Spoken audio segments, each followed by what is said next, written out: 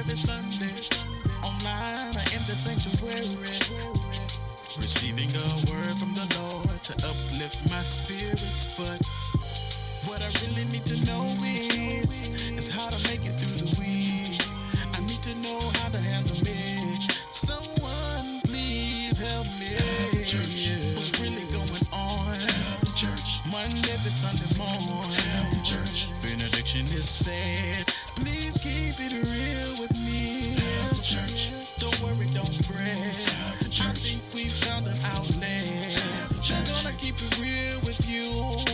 P.Rod and Lady Reed. After church with P.Rod and Lady Reed.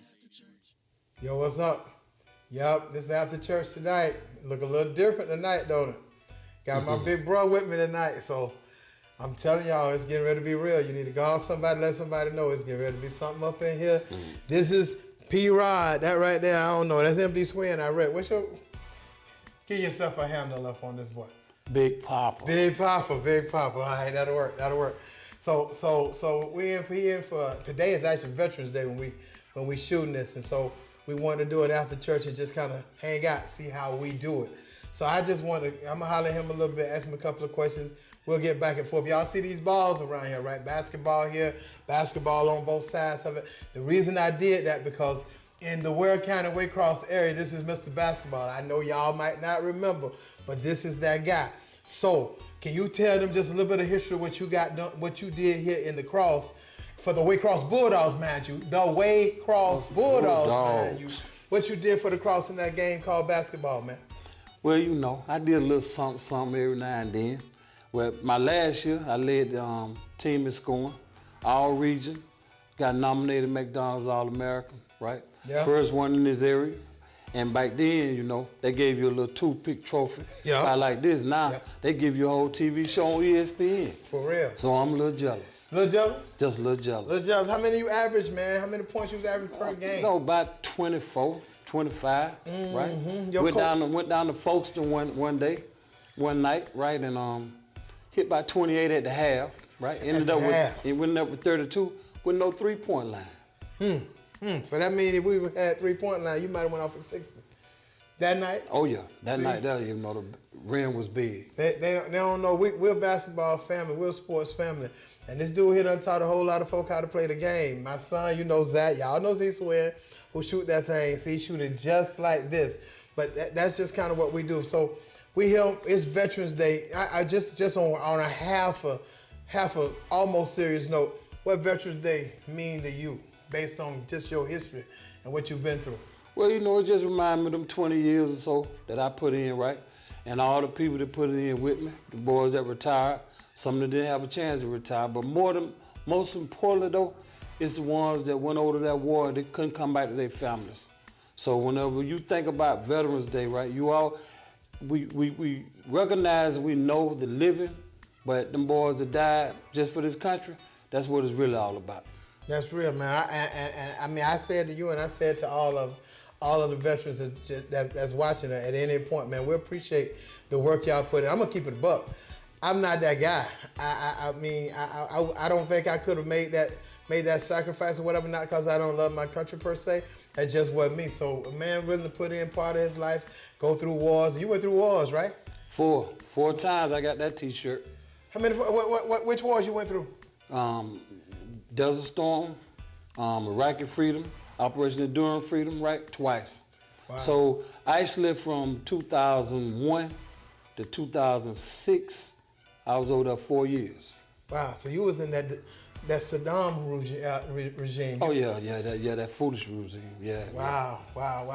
But I think it's a big deal, man. I think that part of it's big, but that was just something we really kind of want to talk about. But for real, y'all know I talk about this all the time. I talk about some things we talk about on the phone or whatever as we going around. This is really my dude right here, man. He taught me so much. You know, y'all think I'm cool? This that guy. We hang out. Now you see these balls also, cause that's what we do. We do sports, man. We do sports. We talk about it all the time. This one thing we've always agreed to. We'll agree to disagree, but we're gonna tell them about one time. Though one time we didn't agree. We're going to go all the way back to Morton Avenue. Yeah. I'm going to go ahead and get embarrassed and everything. I'm going to go all the way back to Morton Avenue. What happened one time down the street there at Morton Avenue with this basketball thing, man? Well, so whenever I went out to school, came back, right? You was smelling yourself. Yeah. Before I left, right? You was my little brother. When I came back, you a grown man hanging out with your little boys, your dudes. So we were at Morton Avenue, just shooting it up a little bit, playing a little 3-on-3. He was playing with his boys. I had a girl with me, right? So I basically just did what I had to do, shot the lights out, and was talking trash while I was doing it. That part. Well, he got a little heated about it, right? So he pushed me, kept fouling hard, right? Pushed me, hit me. So I said, come on, man, go on with that, bro. I don't even want to do nothing like this, right? So one time, they knocked me down, so he stood over me and pushed me right back down. So I got up, right? And I had to do what big brother had to do, right? It hurt me, but I had to put him in his place. But the only reason why I put him in his place at that time, because I needed for his boys, because when I hit him, I looked at his boys, now what? Right? That part. And that's what I wanted him to know, right? Who really had his back at the time. That part. But that's the only time that me and him just really disagreed about that thing. Yep. And so we slept in bunk beds, so it went. So let me tell you what happened that night. Though I'm gonna finish this on up. Right? Ahead. I slept on the top. That was a rough night right there. That boy kicked that bunk all night long. Cause that's P.Rod. That's how he do things. I had problems, man. I had problems. Back in the day, they probably would have put me on some kind of meds or something. I didn't know, but there's some rageous things that went on in here. That's why I'm always talking about that stuff that happened in your past you have to get through. I mean, there were times I did some stuff that only the family really know because, I mean, people taking guns and knives right now. I ain't used no guns and knives. But a pool stick and a pool ball, Oh yeah. He sore loser, very sore loser. One night we down in the garage, right? We playing pool like we normally do in the summertime, right? I'm trying to teach him how to play pool, right? So brother he couldn't stand to lose. So most time I would just let him win just to keep the peace. But this one night right, I was in my feelings. So I decided he wasn't gonna win that night. So and I wasn't talking trash to him like I normally do, right? But I told him, loser right. So he racking the balls, right? And he hot because he done lost, right? So I said, man, go on, let me get that white ball. He just picked the white ball up and busted him straight in the forehead, right? That's one I took. I took that one, right? That's one on upstairs in the room. I said, you know what? I'm going to hurt this boy. But like I said, that's my dog. I couldn't do that. Man, I ain't even know. But I have a problem losing. I'm going to tell y'all right now, I think we all got a problem losing. We competitive. In this family, it gets rough. I told y'all, we played, when Zach and Rihanna, we playing some kind of game, it's crazy like that. We do it like that. But it all it's from fun. We a family, we love each other, we hang out, but we don't like to lose to nobody. See, I want y'all to know a little bit more about how we work, how we roll, man. Mike can tell you stories. Mike, I should have said, Mr. Swinson. Mike Swinson can tell you stories that can't nobody else tell you. We had some real serious stuff, man. We had a time that our cousins came to the house. Now our house was all cool and everything. We had pool tables, we had ping pong tables. But sometimes, cousins don't know how to handle your stuff. This brother right here, he had a very short fuse when you didn't know how to handle things. One time, I think we had some cousins from Texas or something like that. They showed up. What happened, man? Well, and then they had a karate school, so they came in like they was black belts. They all bad. But when you like this right here, that karate don't work. It's just man on man then. So I had some signs all in the garage, right? Don't sit on the pool table. Just follow the rules and we cool. Cause we trying to preserve our stuff. Now, these cousins right here, right? Now, one of them want to sit on the table, so the legs are already weak. Well, everybody seen the water boy. So I clotheslined that dude, right? That part. Clotheslined and put that wood on him. So his brother went on upstairs and got their daddy, right? Both my dad and their dad had to come down and pull me off him, right? But you know what? When my brother witnessed, right, he just stood there like, the other brother better not jump in. That part right there. That's my guy. That's what we do now. That's what we do. We're going to cover each other. We're going to take care of each other. Man, this brother, I'm going to keep it a buck with you now. Y'all know I'm married. Y'all know I'm in love with my wife and everything. Lady Maria's that one. But this brother here schooled me a little bit in life, man. And I always wanted to be able to move around like that right there. I know I was a heavy-set dude, but a brother he did all right in his life. But one thing always was the case, man. I looked up to him. I look up to him now. He give you information you don't really understand. Sometimes I date back, man, he tell me about stuff. All of them tell me about stuff I don't even remember that I did, but it was always like that. So it's really straight how we do this. We tight, but one thing we are is we grown, 110% man, and it's very difficult for us to handle anything else. We always been strong like that. So we move like that. But I just wanted to kind of give you a little bit of insight. I'm asking about a couple of things. We're getting ready to roll out for a second, just so we can take a little break and then come back in. So y'all chill for a second. Church, Monday to Sunday morning. Church, benediction is said. Please keep it real with me.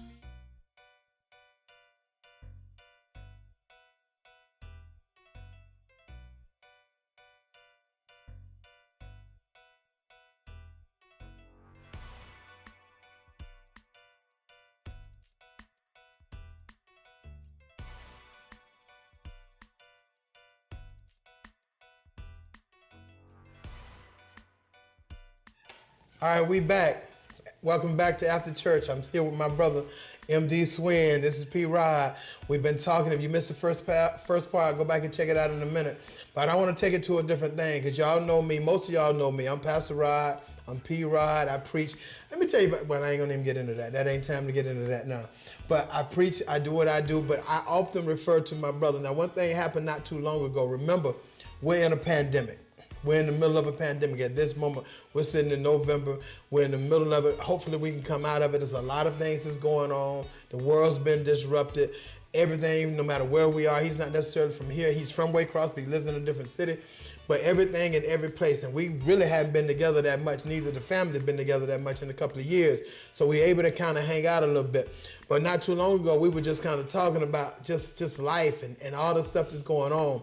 And during that month, I think we're looking at mental health and that kind of thing. Me and him was in a discussion where really, when we talk, it's probably almost the whole family. I might have, he might not, he can't even see me. I got my phone, it's sitting up on my chest, it's on speaker, and the family's in, and we just all just tripping, just hanging out. But as we started talking, man, I started talking about the differences and the things that I'm going through as far as being a pastor, dealing with people who've been sick, dealing with people who had COVID, dealing with people who have died, the difficulties in not being able to necessarily do funerals, making decisions necessary so that I'm healthy, that the people around me are healthy, that I'm protecting my parents, and all those things are challenging.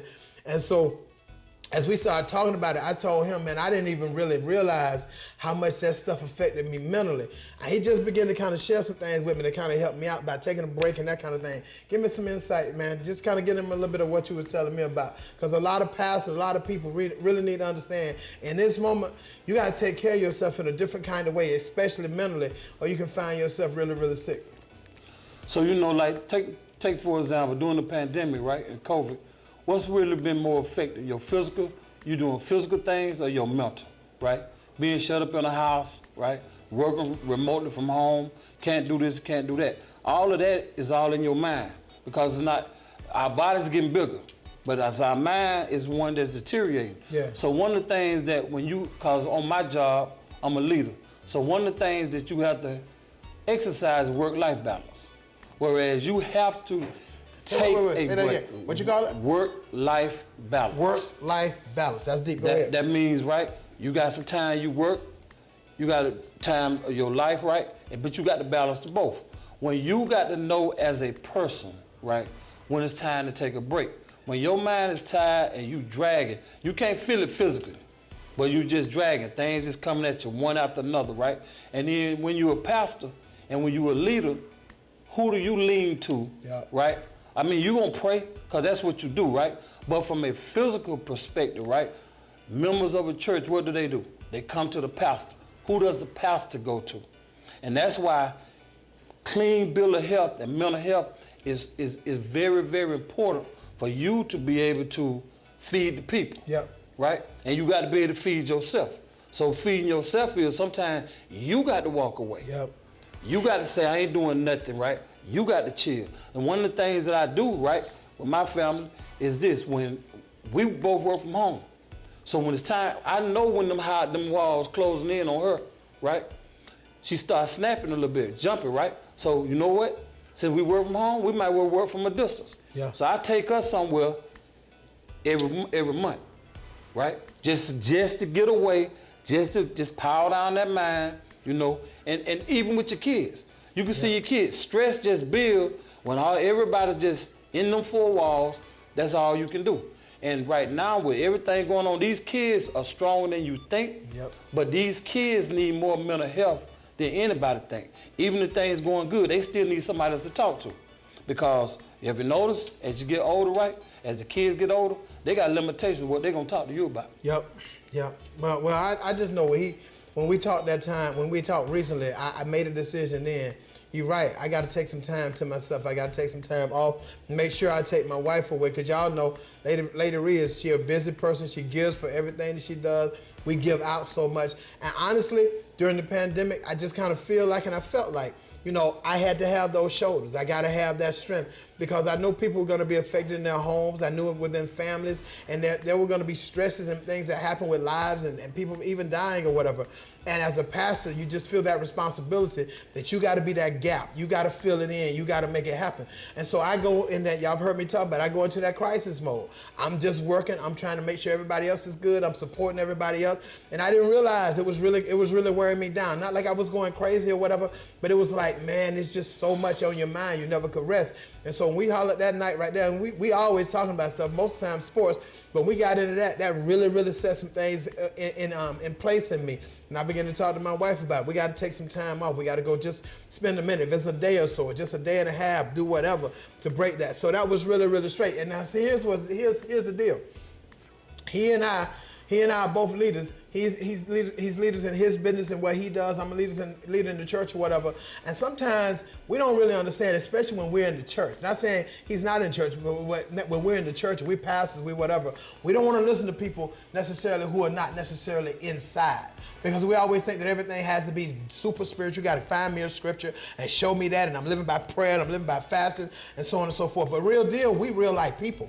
And we have real life issues. And so many people God has placed in this earth that's got gifts that can help the body and help people, but we don't want to lean to it because we immediately judge and say, well, if you can't show me the scripture, that ain't it. They kind of call it secular. But you told me something one time, and I think that was really deep. And it was really about faith. And I know everybody ain't able to handle what maybe he's getting ready to say right now, but he said something that was deep. He said, you know what? The people sometimes who preach faith more than anybody else are the people who have the least amount of faith when the issue rises up. Can you kind of throw that out there a little bit? Yeah, because I've seen this, you know, with our family. I've seen this with other pastors, right? So we can always help somebody else. We can always listen to everybody else, right, as far as what their problems are. But when a problem arises in your family, right, then you almost on edge, right, just like that next person. But you teaching faith, you preaching faith, right, but you ain't walking in faith, right? So it's a time to show faith, right? When everything is good, it's easy to say those words, faith. When things get bad, that's when it's most important to act on what you say. Yes. So, you know, Mama and them done had us, and we've been Baptists, we've been Methodists, we've been holiness. The whole spectrum, bro. We are international Christians. Yes, sir. Yes, we are. So going through all of that, right, and, you know, just seeing people, you know, every time something happens, especially leaders, right, they just crinkle, right? You can't do that. I believe, I'm not in the church every day, but I listen to each one of y'all online. But one of the things I do know is I believe that what God provides me mentally, right, he strengthens me to see things, right, well, okay, I know how to handle this. So I believe everything is gonna be all right. So sometimes, but it goes back to, it's connected back to, who do you have to talk to? Yep. Who mentors you? Yeah. You know what I mean? Yeah. Who just sit down and listen to you? Your wife is gonna always be there. She's supposed to be there, right? But outside of your family, and that's what's important between me and you. Yeah. Because I don't preach, so I can see things from a different perspective. Absolutely. And I know I listen to y'all, right? But like, for example, let's take the pandemic for example. Okay. Most people educate themselves on the pandemic through somebody else, instead of educating themselves. Yeah, right. You feel me what I'm saying? Yeah, you took everything somebody else said and you told you, right? So with the pandemic, this is what I tell my family, right? I'm gonna educate myself, do what we need to do, Yep. and I can't worry about nobody else. You know, I got both shots. I got the booster, right? Yeah. I got that because that's what I need to do to be comfortable wherever I'm going. Yeah. If I don't get that, I'm putting all my confidence in that next man. I ain't got that kind of faith, dog. No, it don't work like that. And so that's important. Actually, he taught me some things, and it helped my family. It's so much that we do that sometimes we become hypocritical. We really, really do, because it's easy to teach. I told you all the time, it's easy to preach. I don't mean like, I'm a professional at it, but I've been doing this for so long. When I look at the Word of God, I can look at different levels of it, and I'm able to minister that. But when you face things personally, it becomes something bigger. And see, that's the part about after church that I really want everybody to understand.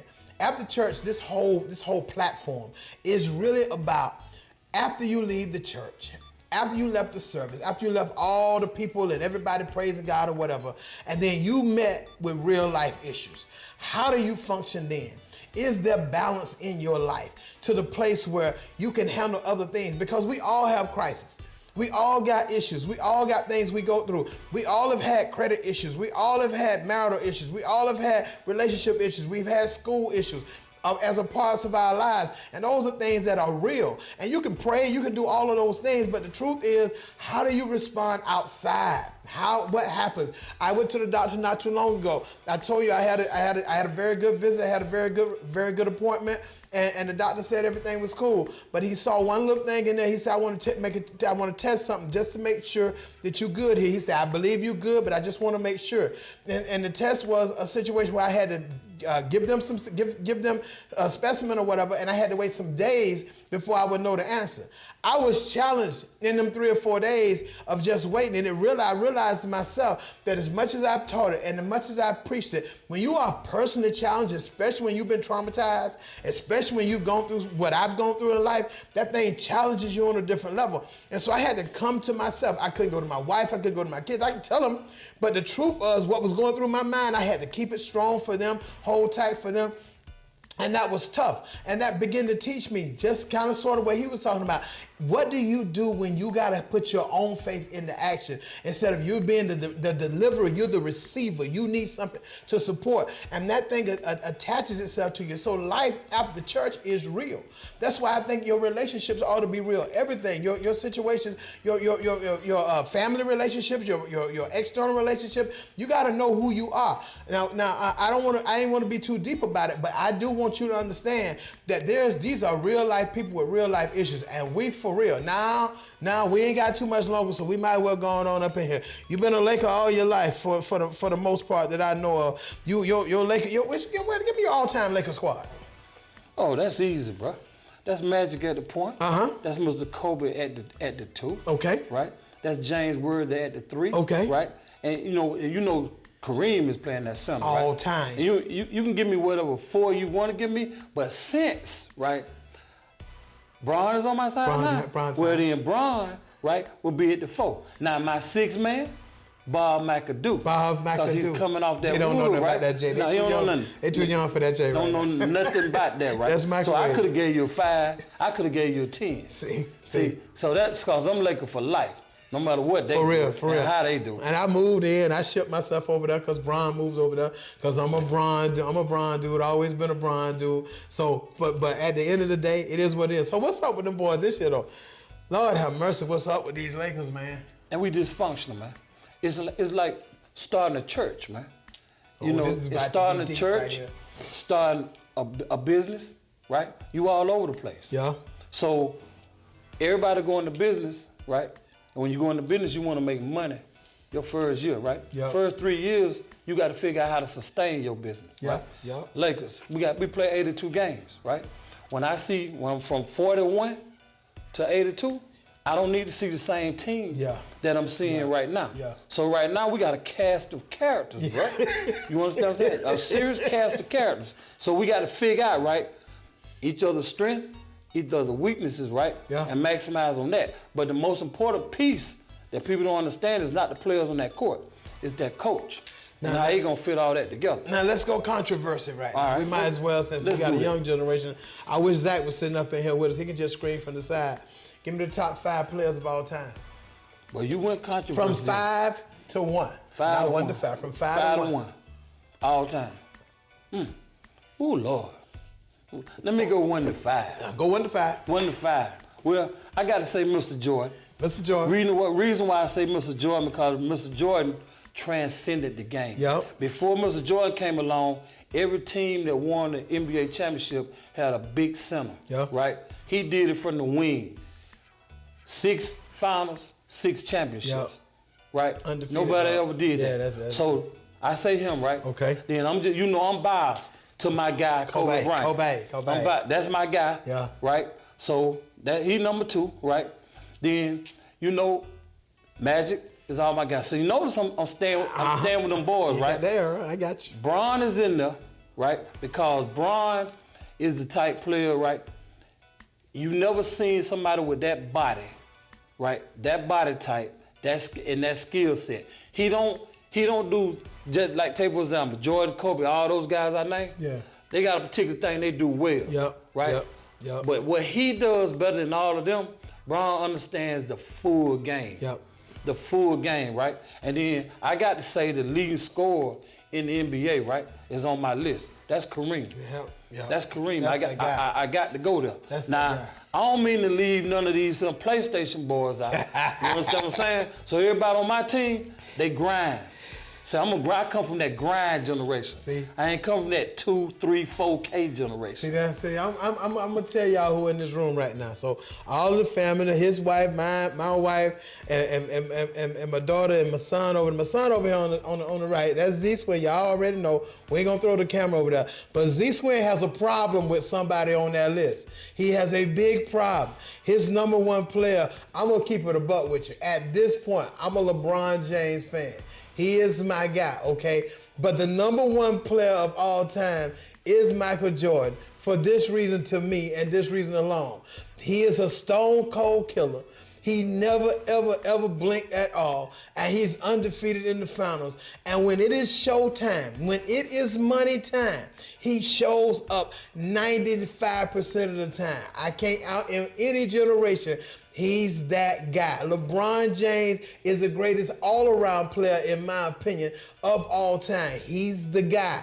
But if you gave me 1 shot and 1 person to finish the game, I'm going to have to put the ball in the hands of Michael Jordan because he's that guy. Now, that might be error, but what it is. Now, my son over there, he's a LeBron James, but he's a 2002 grad. That's when he was born. I mean, he graduated into the earth. So, Bron been all that. But that's where we at when it comes to that right now. So if you play all sports pretty much. Football, basketball. We get ready to get out of here in a minute. But if you could replay it, I know you eat, sleep, and drink the ball because you know what time it is. You've coached, I've coached, we eat this thing. But you was the fire in that football too. Yeah. Why did you step out? I know, but I want them to know. And number 2, if that had never happened, what you think would have been number 1, bro? Lack of knowledge is the reason why I stepped out. Okay. If I knew what I knew now, right, I'd have stayed with football. Cause see, in the world I came up in, it was a prejudice against height. Yeah. You had to be. You had to be tall. Yep. You had to be this, right? Yep. So knowing what I know now, right? When I was better, I was better at football than I was basketball. Cause football is a simple game. And when you're a thinking man, right? It's a simple game. 100 yards, sideline to sideline. Got to do what you got to do, right? Yeah. But because of the world we came up in, and we didn't come up with all this knowledge that we have now, right? Yeah. I stuck with my first love. But if I wanted to really get paid, I should have stayed in football. Yeah. That's how it was. Yeah. Now, the reason why I came out of football is because I broke my arm, right? And rehabbing that wasn't, you didn't know nothing about no rehab. Yeah. You just kept your arm in a sling, because I tell you from the story. I was in a cast 6 weeks, 8 weeks, right? But actually, when I broke my arm playing football, y'all were down in Pearson. Yeah. So I'm in St. Mary's. Oh, I don't even want to talk about Pearson on So- this. We will, though. So your mama gave your daddy more Holy Ghost words than he wanted to hear, just trying to drive when they didn't know cell phones. So they had to call on that phone to try to find out. So my arm is broke, the bone is sticking out. So they done set the bone down there in St. Mary's, right?